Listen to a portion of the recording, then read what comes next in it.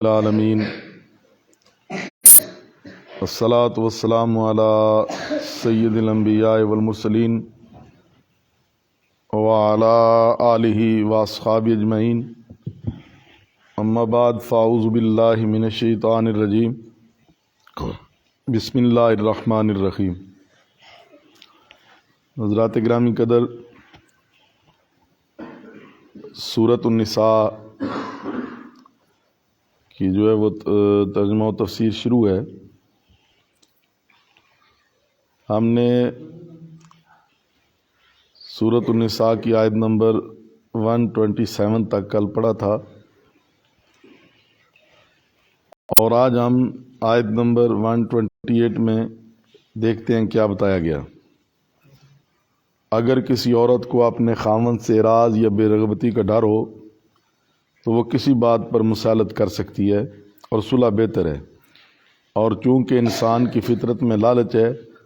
لہذا بعض اوقات مرد سودے بازی کرتا ہے۔ اس آیت کا پس منظر یہ ہے کہ کچھ لوگ دوسری شادی کرنا اور پہلی عورت کو فارغ کرنا چاہتے تو اپنا نفقہ اور اپنی باری چھوڑ دیتی تاکہ خامند اسے طلاق نہ دے۔ تو اللہ تعالیٰ نے فرمایا اس میں کوئی حرج نہیں، لیکن تم نیکی اور پرہیزگاری اختیار کرو، اللہ تعالیٰ تمہارے عمل سے باخبر ہے، اس کا اجر عطا فرمائے گا۔ یعنی تم اس خاتون سے سودا بازی نہ کرو اور اسے طلاق نہ دو، اسے طلاق نہ دو۔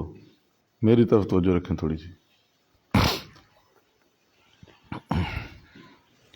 آیت نمبر 129 میں عورتوں کے ساتھ حسن سلوک کی تعلیم دی، اور فرمایا اگر کسی کی بیویاں ایک سے زائد ہوں تو مکمل طور پر وہ ان کے درمیان عدل نہیں کر سکتا، اگرچہ اس کی خواہش رکھتا ہو، لیکن اس سے بالکل لا تعلق نہ ہو جائے، گویا کہ وہ نہ تو اس کی بیوی ہے اور نہ ہی اس کی زوجیت سے باہر ہے، بالکل لٹکی ہوئی چیز کی طرح ہے۔ ایسا سلوک نہ کرو، اور سب سے بہتر یہ ہے کہ ان سے نیکی اور تقوی کی راہ اختیار کرو، بے شک اللہ تعالیٰ بخشنے والا مہربان ہے اور وہ تمہاری کوتاہیاں معاف فرما دے گا۔ آیت نمبر 130 میں بتایا کہ اگر وہ کسی صورت میں اکٹھے نہ رہ سکیں بلکہ جدا جدا ہو جائیں تو اللہ تعالیٰ ان میں سے ہر ایک کو دوسرے کی محتاجی سے محفوظ رکھے گا اور بے نیاز کر دے گا، کیونکہ اللہ تعالیٰ وسعت والا، حکمت والا ہے۔ یعنی رزق اور تمام نعمتیں اللہ تعالیٰ کے قبضہ میں ہیں، وہ دونوں کی ضرورتوں کو پورا فرمائے گا۔ آیت نمبر 131 میں اللہ تعالیٰ کی آسمانوں اور زمین میں حکومت اور ملکیت کا ذکر ہے، اور پہلی امتوں اور اس امت کو جو تعلیم دی کہ اللہ تعالیٰ سے ڈریں اس کا بیان ہے، اور انسان کو خبردار کیا کہ اگر وہ کفر اختیار کرے گا تو اللہ تعالیٰ کو کچھ نقصان نہیں پہنچا سکتا، کیونکہ وہ زمین و آسمان کا مالک بے نیاز اور قابل تعریف ہے۔ آیت نمبر 132 میں دوبارہ بیان کیا کہ زمین و آسمان کی ہر چیز کا مالک اللہ ہے، اور جب تم اس پر ایمان لاؤ گے تو وہ تمہاری ضرورتیں پوری کرے گا، کیونکہ بطور کارساز وہ کافی ہے۔ آیت نمبر 133 میں بتایا کہ اے لوگو تمہارا وجود ضروری نہیں، وہ چاہے تو تمہیں ختم کر کے دوسرے لوگوں کو لے آئے، اور وہ اس پر قادر ہے۔ مطلب یہ ہے کہ تم اللہ تعالیٰ کے ہو کر رہو، اس میں تمہارا بھلا ہے، ورنہ اس کائنات کو آباد رکھنے اور اطاعت و عبادت خداوندی کے لیے دوسرے لوگ بھی آ سکتے ہیں۔ آیت نمبر 134 میں بتایا کہ تم اللہ تعالیٰ سے صرف دنیا کو کیوں مانگتے ہو، اس کے خزانے میں دنیا اور آخرت دونوں کا ثواب اور اجر ہے، لہٰذا دنیا بھی مانگو اور ساتھ ساتھ آخرت کا بھی سوال کرو، کیونکہ وہ دائمی اور باقی ہے۔ اللہ تعالیٰ تمہاری ہر بات سنتا اور تمہاری حالت کو دیکھتا ہے، اس سے کوئی چیز پوشیدہ نہیں۔ اس لیے یہ دعا ہے نا، یہ بڑی جامع دعا ہے، ربنا آتنا فی الدنیا حسنۃ وفی الآخرۃ حسنۃ وقنا عذاب النار۔ 17واں رکوع سورہ 5ویں پارے کا۔ اور اسلام عدل اور انصاف کی تعلیم دیتا ہے اور عدل پر مبنی گواہی کا تقاضا کرتا ہے۔ اس لیے آیت نمبر 135 سورۃ النساء میں بتایا کہ اللہ تعالیٰ کے لیے گواہی دو جو انصاف پر مبنی ہو۔ گواہی دینا تمہاری ذمہ داری، اگرچہ وہ تمہاری ذات، والدین یا قریبی رشتہ داروں کے ہی خلاف کیوں نہ ہو۔ جس کے خلاف تم گواہی دے رہے ہو وہ مالدار ہو یا فقیر، اس کو نہ دیکھو، اللہ تعالیٰ کے لیے گواہی دو، اس کا زیادہ حقدار ہے۔ مسلمانوں کو یہ بھی تعلیم دی کہ خواہش کے پیچھے نہ چلو کہ تم رائے آنکھ سے راٹ جاؤ، اور یاد رکھو اگر تم گواہی دیتے ہوئے ہیر پھیر کرو گے یا اس سے منہ پھیر لو گے تو اللہ تعالیٰ تمہارے اعمال سے باخبر ہے، تم اس کے عذاب سے نہیں بچ سکو گے۔ آیت نمبر 136 میں اللہ تعالیٰ اور اس کے رسول صلی اللہ علیہ وسلم، قرآن پاک اور پہلی کتابوں پر ایمان لانے والوں کو اس پر قائم رہنے کا حکم دیا۔ اسی طرح جو زبان سے کلمہ پڑھتے تھے ان کو دل سے ان باتوں پر اقرار اور ایمان لانے کا حکم دیا۔ اسی آیت کریمہ میں اللہ تعالیٰ کی ان لوگوں کی گمراہی کا ذکر کیا، یعنی جو لوگ اللہ تعالیٰ اور اس کے فرشتوں، اس کی کتابوں، اس کے رسولوں اور قیامت کے دن پر ایمان نہیں رکھتے، وہ سیدھے راستے سے بھٹک گئے۔ یعنی ہدایت یہی ہے کہ تمہارا ان مذکورہ چیزوں پر ایمان ہو، یہ ایمان تمہیں صراط مستقیم پر قائم رکھے گا۔ آیت نمبر 137 میں ان لوگوں کا ذکر کیا جو بار بار مرتد ہوتے ہیں، یعنی ایمان لاتے پھر انکار کرتے، پھر ایمان لاتے پھر انکار کرتے، اور پھر اس کفر میں پڑ جاتے ہیں، تو اللہ تعالیٰ ان کو ہرگز نہیں بخشے گا اور نہ ہی سیدھے راستے کی رہنمائی فرمائے گا۔ مطلب یہ ہے کہ اگر ان لوگوں کے دلوں میں ایمان راسخ ہوتا تو یہ بار بار ارتداد کی راہ اختیار نہ کرتے، اور چونکہ یہ کفر میں پکے ہو چکے ہیں اس لیے انہیں خود اپنے اوپر ہدایت کا راستہ بند کر دیا ہے۔ آیت نمبر 138 میں منافقین کو عذاب جہنم کی خبر دی گئی اور اسے خوشخبری سے تعبیر کیا کہ یہ ان کے دین کے ساتھ مذاق کا جواب ہے، اور مراد محض خبر ہے، خوشخبری نہیں۔ آیت نمبر 139 میں منافقین کی پہچان بتائی کہ وہ مومنوں کی بجائے کافروں سے دوستی رکھتے ہیں، اور اس کی وجہ یہ ہے کہ وہ ان کے ہاں عزت تلاش کرتے ہیں۔ اللہ تعالیٰ نے فرمایا کہ عزت تمام کی تمام اللہ تعالیٰ کے لیے ہے، وہی اس کا مالک ہے، وہ جسے چاہے عطا کرے، لہٰذا اگر تم عزت چاہتے ہو تو مسلمانوں کے ساتھ دوستی اور اسلام سے حقیقتاً وابستگی میں رہیں۔ آیت نمبر 140 میں کفار اور مخالفین اسلام یعنی بدعقیدہ لوگوں کی مجالس میں جانے سے منع کیا۔ آج بندے کہتے ہیں جی کیا ہو گیا وہابی ہے، شیعہ ہے، تو اللہ تعالیٰ نے بھی منع کیتا کہ ان سے کے پاس بیٹھو گے تم بھی ان جیسے ہو جاؤ گے۔ کفار اور مخالفین اسلام یعنی بدعقیدہ لوگوں کی مجالس میں جانے سے منع کیا کہ اللہ تعالیٰ نے کتاب میں تمہیں حکم دیا کہ جب تم اللہ تعالیٰ کی آیات کا انکار، ان سے مذاق کرنا سنو تو ایسے لوگوں کے ساتھ نہ بیٹھو جب تک وہ دوسری گفتگو میں مصروف نہ ہوں۔ اس سے معلوم ہوا کہ بد مذہب لوگ جو نبی اکرم صلی اللہ علیہ وآلہ وسلم، صحابہ کرام اور اہل بیت اطہار کے گستاخ ہیں، ان کے جلسوں میں جانا منع ہے۔ ہاں کسی دوسرے مقصد یعنی دنیاوی معاملات وغیرہ کی مشاورت ہو تو جا سکتے ہیں۔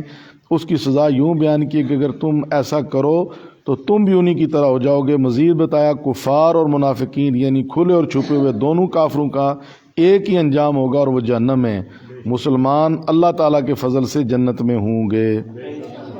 آیت نمبر 141 میں منافقین کی خود غرضی اور اسلام دشمنی کا ذکر کیا کہ وہ تمہاری حالت کا انتظار کرتے ہیں، اگر مسلمانوں کو فتح اور مال غنیمت حاصل ہو تو کہتے ہیں ہم بھی تمہارے ساتھ تھے، یعنی ہمیں بھی صد ہو، اور اگر کافر غالب آ جائیں تو کہتے ہیں ہمارا تم پر احسان ہے کہ ہم نے تم پر قابو حاصل کرنے کے باوجود تمہارے خلاف کارروائی نہیں کی بلکہ تمہیں مسلمانوں سے بچایا۔ اللہ تعالیٰ فرماتا ہے قیامت کے دن تمہارے درمیان فیصلہ ہو جائے گا اور کافروں کو مسلمانوں کے خلاف کوئی راستہ نہیں ملے گا۔ آیت نمبر 142 میں منافقین کی نشانی اور بدکاری کا ذکر کیا کہ وہ اللہ تعالیٰ کو دھوکہ دیتے ہیں، یعنی مسلمانوں کو دھوکہ دیتے ہیں، اور اللہ تعالیٰ ان کو ان کے دھوکے کا بدلہ دیتا ہے۔ ان منافقین کی ایک علامت یہ ہے کہ نماز پڑھتے ہوئے سستی کا مظاہرہ کرتے ہیں، کیونکہ وہ محض دکھاوے کے لیے نماز پڑھتے ہیں۔ ان کا مقصد لوگوں کو دکھانا اور اپنے آپ کو مسلمان ثابت کرنا ہوتا ہے۔ وہ اللہ تعالیٰ کا ذکر بہت کم کرتے ہیں کیونکہ یہ ان کا مقصد ہی نہیں، اور منافقین کا کوئی ایک ٹھکانہ نہیں بلکہ وہ مسلمانوں اور کافروں کے درمیان ڈگمگا رہے ہیں۔ وہ نہ ادھر کے ہیں نہ ادھر کے، بلکہ جہاں سے ان کو مفاد حاصل ہوتا ہے اسی کے ساتھ رشتہ جوڑ لیتے ہیں، لیکن قلبی طور پر وہ کفار کے ساتھ ہیں اور بدترین کافر ہیں اور آستین کے سانپ کی طرح ہیں۔ اللہ تعالیٰ نے حضور علیہ السلام کو ہادی اور رہنما بنا کر بھیجا، لیکن جسے اللہ تعالیٰ گمراہ کرے اس کے لیے کوئی راستہ نہیں ہوگا۔ آیت نمبر 144 میں مسلمانوں کو کفار کے ساتھ دوستی لگانے سے منع فرمایا اور اشارتاً بتایا کہ تمہارے دوست مسلمان ہیں تم آپس میں ایک دوسرے کے دوست ہو، کیونکہ ان کفار کے ساتھ دوستی کا مطلب یہ ہے کہ وہ معاذ اللہ سچے ہیں، کیونکہ دوستی تو قلبی اللہ کا نام ہے۔ اسی طرح وہ تمہارے خلاف دلیل پیش کریں گے کہ تم ان کو سچا تسلیم کرتے ہو۔ آیت نمبر 145 میں منافقین کا ٹھکانہ بتایا کہ وہ جہنم کے سب سے نچلے گڑھے میں ہوں گے،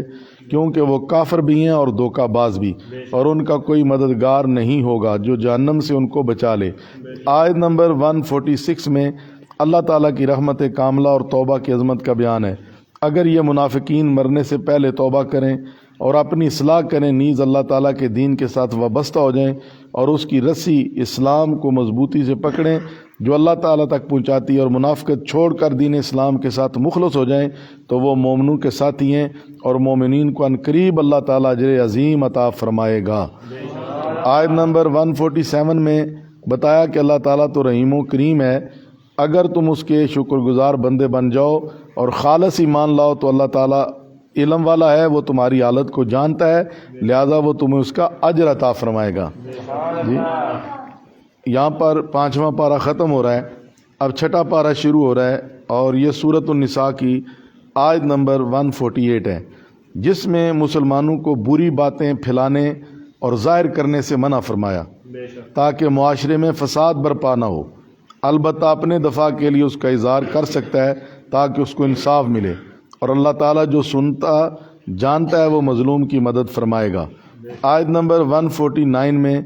بلائی کا حکم دیا اور بتایا کہ اسے ظاہر کرو یا چھپا کر کرو یا کسی برائی سے درگزر کرو تو اللہ تعالیٰ تمہارے گناہ معاف فرمائے گا، اور وہ نافرمان لوگوں سے بدلہ لینے کی طاقت رکھنے کے باوجود معاف فرماتا ہے، تو تم بھی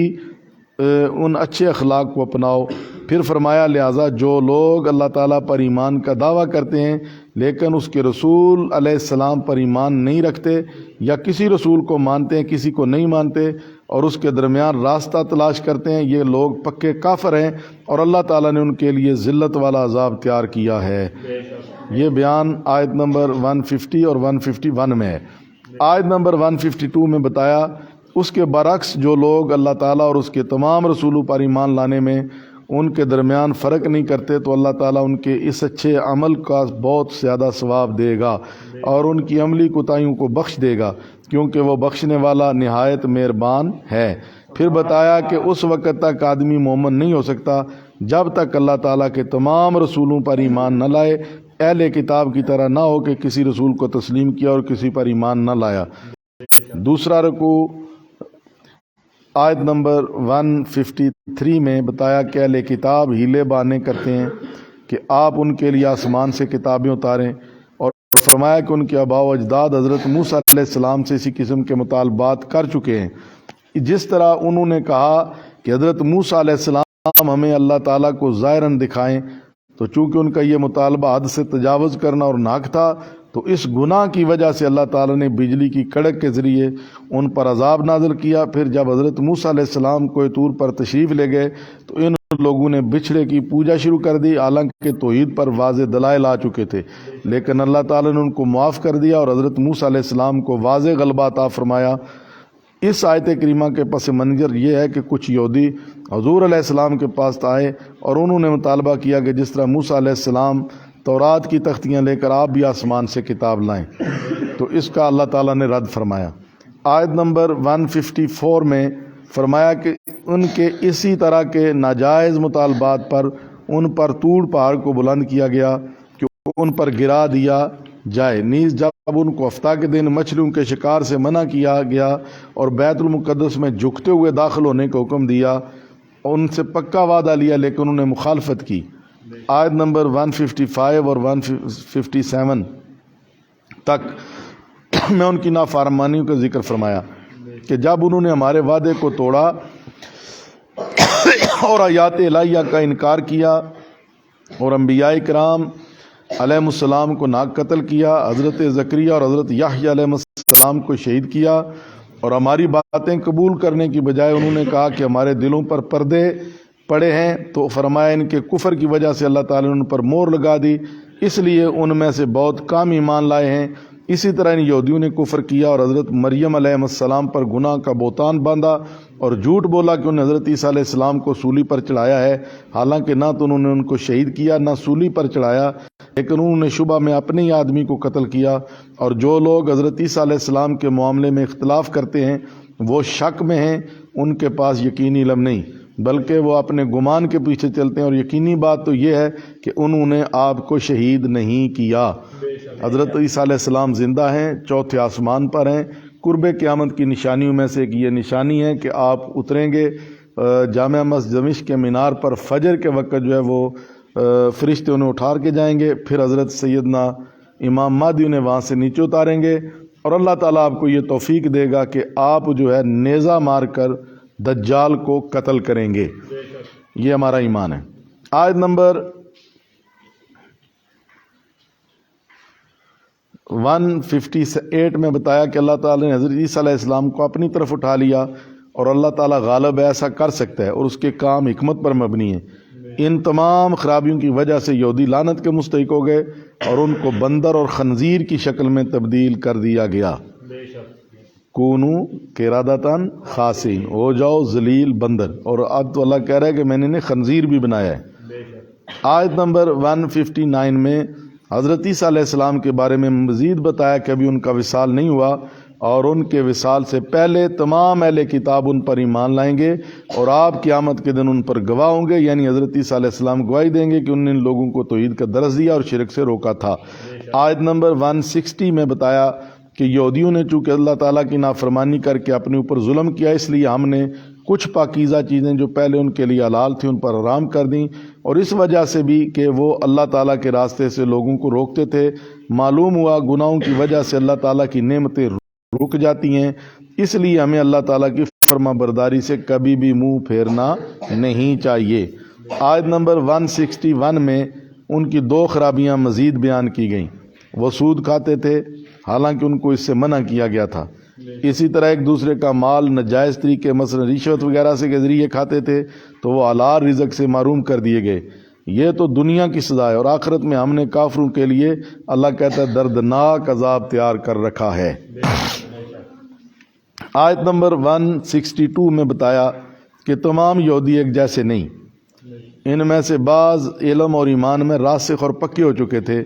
وہ آپ پر نازل ہونے والی وحی اور پہلی کتابوں پر بھی ایمان رکھتے، نماز قائم کرتے، زکوٰۃ ادا کرتے، اور اللہ تعالیٰ اور آخرت پر ایمان بھی رکھتے ہیں۔ ہم عنقریب ان لوگوں کو بہت بڑا اجر عطا کریں گے، جیسے حضرت عبداللہ بن سلام رضی اللہ عنہ وغیرہ، یعنی یہ یہودی وہ تھے، حضرت عبداللہ بن سلام بھی یہودیوں کے عالم تھے، انہوں نے پکا یہ اسلام قبول کیا جو اللہ نے بیان کر دیا۔ آیت نمبر 163 میں ان لوگوں کا رد ہے جو بطور تعصب حضور رسالت علیہ السلام کی رسالت کا انکار کرتے تھے، لہذا فرمایا کہ حضور علیہ السلام نئے رسول نہیں بلکہ آپ سے پہلے بھی رسول تشریف لائے، جیسے حضرت نوح علیہ السلام اور اس کے بعد کے انبیاء کرام، پھر حضرت ابراہیم علیہ السلام، ان کے صاحبزادوں اور دیگر اولاد، اور ان تمام انبیاء کی طرف ہم نے وحی بھیجی، لہذا حضور علیہ السلام کا رسول ہونا کوئی تعجب کی بات نہیں۔ پھر بتایا یہ وہ انبیاء کرام ہیں جن میں صاحب کتاب بھی ہیں، مثلا حضرت داؤد علیہ السلام کو زبور عطا کی گئی، حضرت موسیٰ علیہ السلام کو تورات، اور حضرت عیسیٰ علیہ السلام کو انجیل دی گئی۔ آیت نمبر 164 میں بالخصوص حضرت موسیٰ علیہ السلام کی عظمت بیان فرمائی کہ اللہ تعالیٰ نے ان سے کلام فرمایا اور وہ کلیم اللہ ہیں۔ آیت نمبر 165 میں رسل اعظام کا منصب بتایا کہ یہ ایمان والوں کو جنت کی خوشخبری سناتے اور منکرین کو جہنم کے خطرات سے آگاہ کرتے ہیں، لہذا کوئی شخص یہ نہیں کہہ سکتا کہ ہمیں رائے حق کی طرف بلانے والا کوئی نہیں آیا اور ہمیں آگاہی کے بغیر سزا دی جا رہی ہے، اور اللہ تعالیٰ غالب حکمت والا ہے۔ آیت نمبر 166 میں رسول اکرم صلی اللہ علیہ وسلم پر نازل کردہ وحی پر اللہ تعالیٰ نے اپنے اور فرشتوں کی گواہی کا ذکر فرمایا اور بتایا کہ جو کچھ آپ پر اتارا گیا وہ اللہ تعالیٰ نے اپنے علم سے اتارا، اور صرف اللہ تعالیٰ کی گواہی ہی کافی ہے۔ آیت نمبر 167 میں ان لوگوں کی گمراہی اور سخت گمراہی کا ذکر کیا جو خود بھی کفر کے مرتکب ہوئے اور دوسرے لوگوں کو بھی اللہ تعالیٰ کے راستے سے روکتے ہیں۔ آیت نمبر 168 اور 169 میں ان لوگوں کا ذکر کیا جو کفر کی راہ اختیار کرتے اور ظلم کرتے ہیں، یعنی اللہ تعالیٰ کے ساتھ شریک ٹھہراتے ہیں۔ اگر وہ توبہ نہیں کرتے تو نہ تو اللہ تعالیٰ کی طرف سے ان کو بخشش حاصل ہوتی ہے اور نہ ہی ان کو راہ ہدایت پر گامزن کیا جاتا ہے، بلکہ وہ مسلسل جہنم کے راستے پر چلتے ہیں اور وہ ہمیشہ جہنم میں رہیں گے، اور اللہ تعالیٰ کے لیے یہ کام آسان ہے۔ آیت نمبر 170 میں تمام انسانوں کو حکم دیا کہ تمہارے پاس حضرت محمد صلی اللہ علیہ وآلہ وسلم بطور رسول دین حق کے ساتھ تشریف لائے، پس آپ پر ایمان لاؤ اور یہی تمہارے لیے بہتر ہے، اور اگر تم انکار کرو تو اللہ اور رسول صلی اللہ علیہ وسلم کو کوئی نقصان نہیں پہنچا سکتے، کیونکہ وہ زمین و آسمان کی ہر چیز کا مالک ہے اور کائنات کی ہر چیز اسی کی اطاعت گزار ہے۔ آیت نمبر 171 میں